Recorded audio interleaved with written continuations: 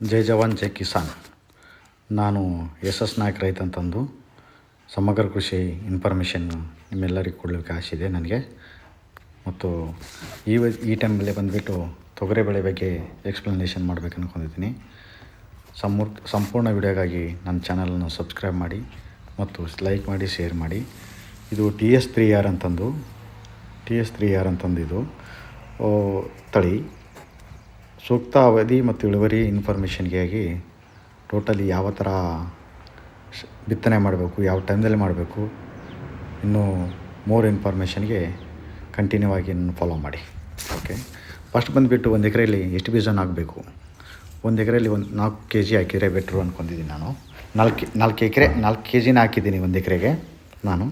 ಆಮೇಲೆ ಬಿತ್ತನೆ ಟೈಮಿಂಗ್ ಬಂದುಬಿಟ್ಟು ಜೂನ್ನಿಂದ ಜುಲೈ ಒಳಗೆ ಅವಧಿ ಬೆಸ್ಟನ ಅವಧಿ ಅಂತ ಅಂದ್ಕೊತಿದ್ದೀನಿ.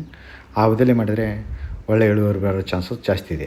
ಓಕೆ, ಆನಂತರ ಈ ತಳಿ ಬಂದುಬಿಟ್ಟು ಮಳೆ ಆಶ್ರಿತ ಬೆಳೆಯಾಗಿದೆ ಮತ್ತು ನೀರು ಕಟ್ಟಲಿಕ್ಕೆ ಅನುಕೂಲಕರವಾಗಿದೆ. ಆಮೇಲೆ ಯಾವ ಟೈಮ್ದಲ್ಲಿ ಯಾವ ಸ್ಪ್ರೇ ಮಾಡಬೇಕು ಮತ್ತು ಹೂವು ಬಂದ ಟೈಮಲ್ಲಿ ಪಲ್ಸ್ ಮ್ಯೂಸಿಕ್ ಯಾಕೆ ಸ್ಪ್ರೇ ಮಾಡಬೇಕು. Thank you.